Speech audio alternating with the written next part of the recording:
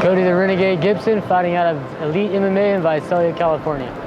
Walel the Gazelle Watson, out of Team Hurricane California, San Diego Combat Academy. I mean, I'm a wrestler, traditionally wrestled for 15 years or so. Wrestled, just got done with college last year. Was taking fights in the summertime during college. Finally graduated and started fighting full time. And I'm a wrestler, but you know, I've got good striking coaches, good jiu-jitsu coaches. Getting better every day at everything. So I'm an exciting fighter. I'm always looking for the finish. I'll give you nothing but my heart when I come out there.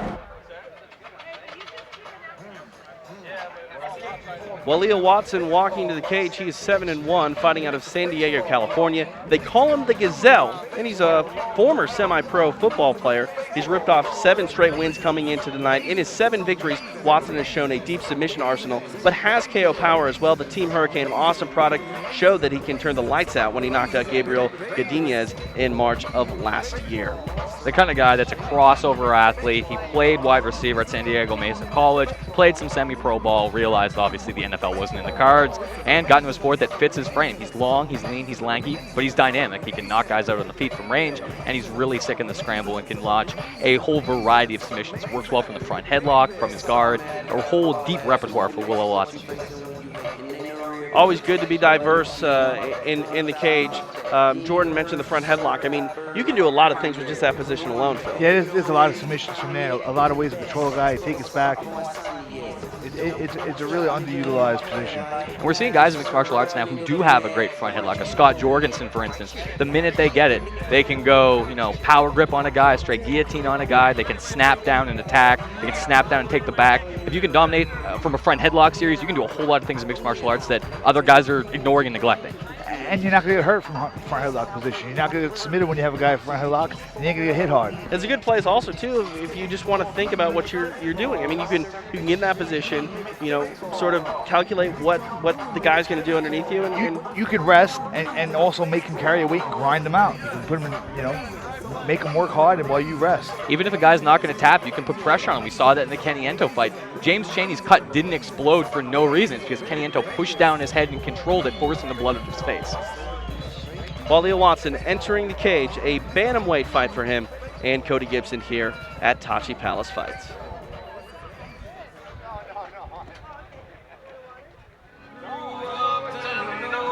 Cody Gibson, 4-1, fighting out of Visalia, California, just down the road from here a little bit. He is a wrestler, and he's able to focus on mixed martial arts for the first time now. He just finished up schooling at Menlo College in the Silicon Valley. I mentioned he holds a record of 4-1 and looks to add another win to his win column here tonight. So, you know, mixed martial artists have to juggle a variety of things to compete early on at the pro level. You still have to carry a job. In Gibson's circumstance, he was focusing on school. Coming into tonight, I mean, he's looking at this fight essentially as a full-time job, and that's not something that a lot of fighters can do for a while. I mean, talk about the advantages of a guy that's focusing on fighting as a career. Even talking to Cody Gibson yesterday, he basically said, this is night and day. I feel like an entirely new athlete, just being able to go into the gym every day and go hard and not, going to school, training 4 hours, maybe not being able to get in if schoolwork's piling up. If it's your job, it's your job. You're obviously going to get better at it. But I mean, the fact is, we still see some guys incredibly, even at the highest level. Shane Carwin works as an engineer. Ivan Menjivar still does customs. There's lots of guys who are high-level fighters and never really give up that day job. Look at the tail of the tape here. Both men came in at, Gibson came in at 136, the Grace Pound limit for bantamweight, and Watson 133.4 pounds. Relatively the same height, 5'10" for Gibson and 5'11" for the Gazelle Watson.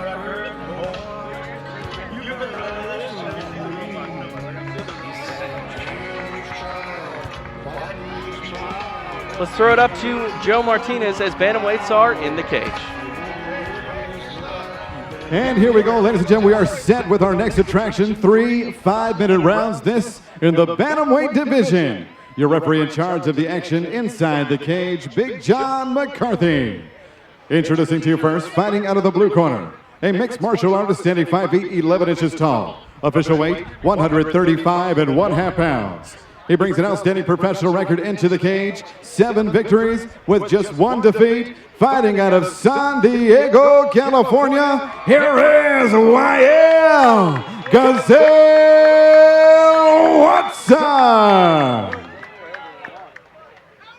And next his opponent across the cage, fighting out of the red corner, a mixed martial artist, standing 5 feet 10 inches tall, official weight 136 pounds. His professional record, 4 victories, 1 defeat. He joins us tonight from Visalia, California. Here is the Renegade, Cody Gibson!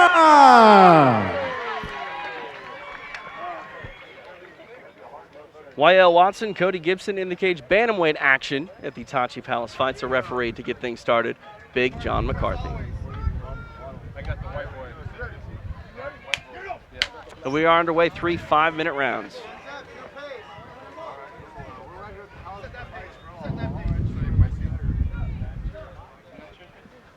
Both men feeling each other out. Watson standing back and staying active, light on his feet, bouncing.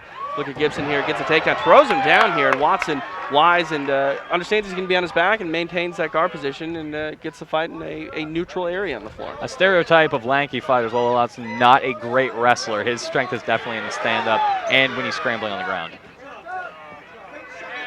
Good timing by Gibson to get that takedown. Well, let's see if he can set up another one. You know, it was basically set up with just movement. That's the thing, over the course of 15 minutes, if you want the fight on the floor, you're going to at least have to get 3 takedowns, as there are 3 rounds. Every single round starts on the feet. If he's going to have success with it, it's going to have to be multiple times to get takedowns if he wants to fight on the floor. Clinched up against the fence here. Watson gets 1 underhook here. I think he might have got caught with the right hand on the back of the head maybe a little bit. It looked like he was wobbled coming off here. Gibson looking to get the front leg here, and Watson, I mean, this fight is all over the place early on. Good scramble and reactions by Watson to take his back. Basically, ooled him off the double leg. Watson went high to the body with the right knee. And body shots are important throughout the fight, but definitely if you can impose a body shot game early, they call it money in the bank. I mean, it will pay off over the course of 15 minutes. Kill the body and the head will die is the old saying. Back in space here. Watson definitely looking to set something up flashing. He did so with that kick. Gibson, again, I'm impressed. You know, waiting for Watson to make the overcommit, big error, and running the double leg for the takedown. Again, that's the second takedown they got on a Watson mistake. Watson on his back here with a half butterfly guard. He moves it to full, trying to get wrist control here.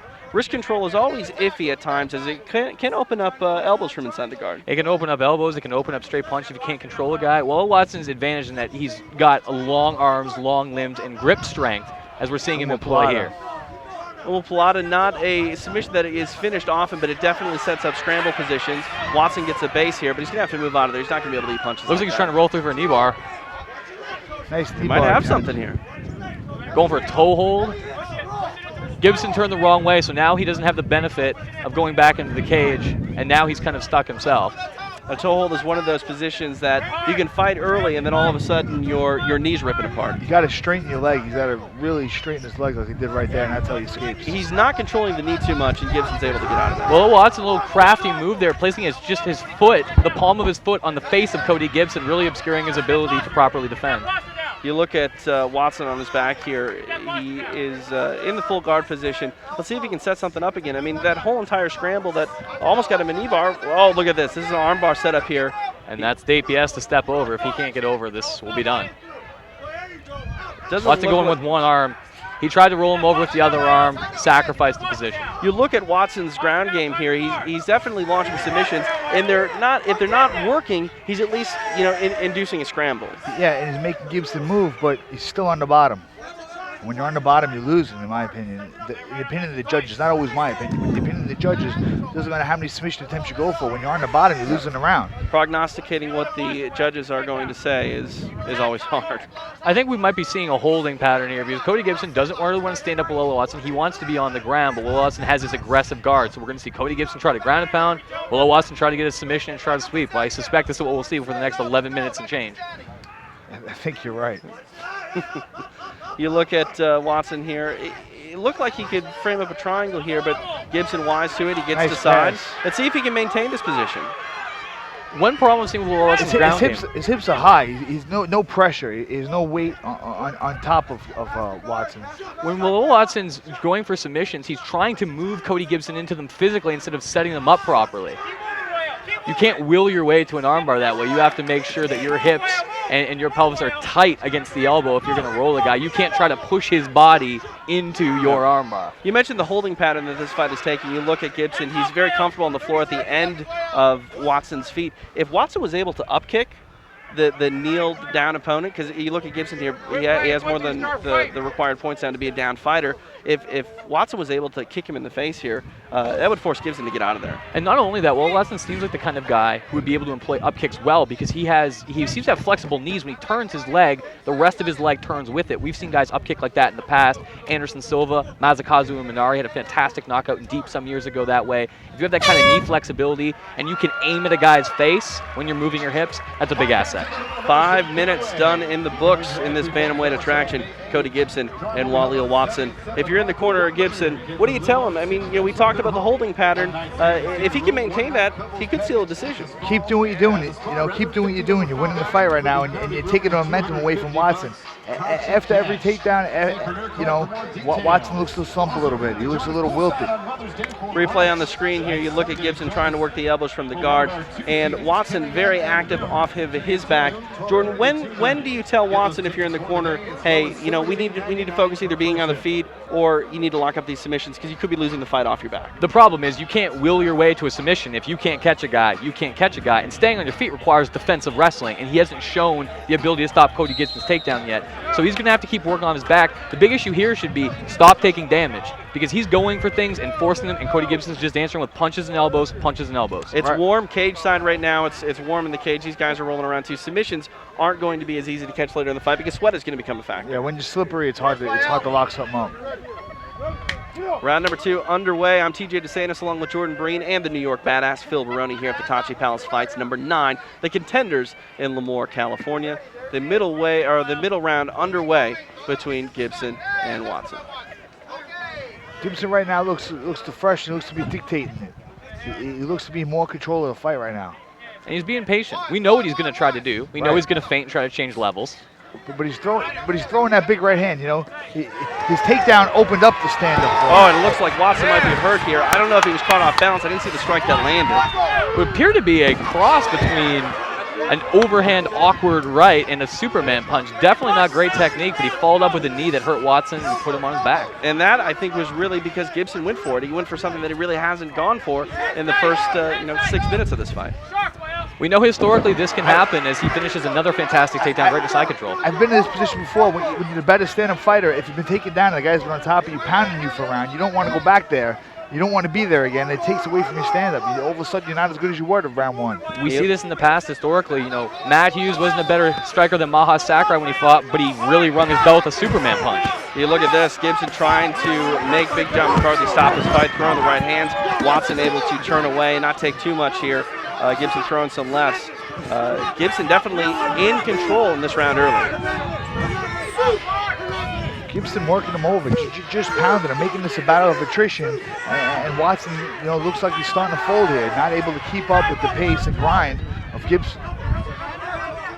Clinched up against the cage here. We're going to see if Gibson's going to be content to dirty box. He's not. He wants this fight to the floor. Watson attempted to defend that takedown with single wrist control. He's definitely tired. Gibson's wearing him out. His wrestling's just going to get more effective as the fight goes on. Yeah, the grinding attack of Gibson is going to keep going. It's not going to relent while this fight goes on for the duration. 3 minutes remaining here in the second round between Gibson and Watson. You look at Watson working that full guard, but not nearly as aggressive as it was in the first. No, he's taking a lot of big shots with that aggressive guard. He's going to definitely be questionable about going for those submissions now after eating a lot of right hands in the face. See if he can try to induce a scramble and get back up here. Gibson stacks his opponent up against the fence. Not putting too much pressure, but it is always better if you're near the fence to get your opponent's head into it. Watson's just laying flat on his back now, mostly trying to tie up the arms. If that's your goal, just let me get a stand-up, especially when you're not demonstrating takedown defense. I mean, Cody Gibson can just do this all night if Walel Watson isn't going to offer anything off of his back. Gibson trying to rain down a right hand there. And there was the first up kick that we've really seen from the fight, followed by an uppercut as Watson stands up. Now he's going to try to launch a counterattack here and do something to try to get this round back. He's down. And they stood up. He had the chance to circle away. He invited the clinch again. Oh, it looked like he almost jumped for an armbar there from the Wizard a la Dustin Hazlett. And just gave a great takedown to Cody Gibson, who Yeah, gets right into top crucifix. He basically got DDT'd on his head right there going for that home ball. Yeah, high-risk maneuver that doesn't pay off for Walel Watson. Now he's in the crucifix position. Watson is going to be able to stay here as long as Gibson doesn't turn up the pressure with those punches. Oh, and now now. he's mounted. Watson's tired. He's simply rolling around. Unless he can get a TK scissor or something like this, this is going to be over because he's not going to be able to just power his way out. You look at Gibson, he might get shucked off here. He's able to get to side, control that position. A lot of people get high up that mount. If they get in a bad position, they can get bucked off, and Gibson's doing a good job maintaining this position. He's got his head isolated here. Let's see if he tries to stop the striking attack and maybe try to set up a Kimura. He moves back to side. This is difficult for Walel Watson because whenever Cody Gibson moves on top, he doesn't move fast enough, so Gibson's already on top of, again, punching him before he's even moving. 60 seconds left in this middle round. Watson, this is a lost cause here in the middle period. He's going to have to try to maintain, defensive position and posturing here. And he's not able to. Big John McCarthy's seen enough. I don't blame him.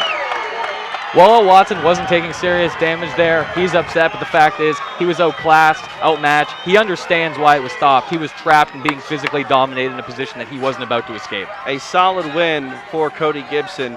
Phil, he was in control. Once he took over control in the second round, he just didn't let go. I wouldn't say he was totally outclassed. He looked like he had the better stand-up and maybe the better jits, but he just got out-wrestled, and he couldn't take the beating. The barrage of punishment wore him out and just beat him up. At the end of this fight, he looks like he was beat up. Yeah, I mean, that's the bottom line. Gibson looks good. Walel Watson, upset on the stool. He's talking to his guys. I mean, he's going to learn from this comeback. I mean, he showed flashes of brilliance in this fight. Definitely. As Phil mentioned, he clearly was the better striker, and he's definitely a more fluid jiu-jitsu player. The problem is you can't defend a decent wrestler's shot with one underhook while you're backpedaling. When he's going for a takedown, trying to run the pipe on you, single wrist control is not going to stop that. And that's what we see in mixed martial arts. We know that if a guy's an imposing wrestler and has some solid fundamentals, he can make life hellish for a guy who might be a better striker or might be a better grappler. Let's throw it up to Joe Martinez for the official announcement of our Ladies winner. and gentlemen, 4 minutes, 9 seconds, round number 2. Referee John McCarthy calls a halt to the bout for your winner by TKO victory, the Renegade, Cody Gibson! Cody Gibson victorious.